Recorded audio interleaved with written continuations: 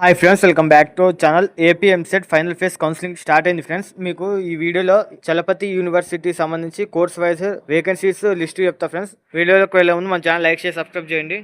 Chalapathi university సంబంధించి ఏఎంఏలో మొత్తం ఎన్ని సీట్లు ఖాళీ ఉన్నాయి అంటే ఇక్కడ 21 సీట్లు ఖాళీ ఉన్నాయి ఫ్రెండ్స్. అలాగే ఇప్పుడు సిఎస్సి చూద్దాం.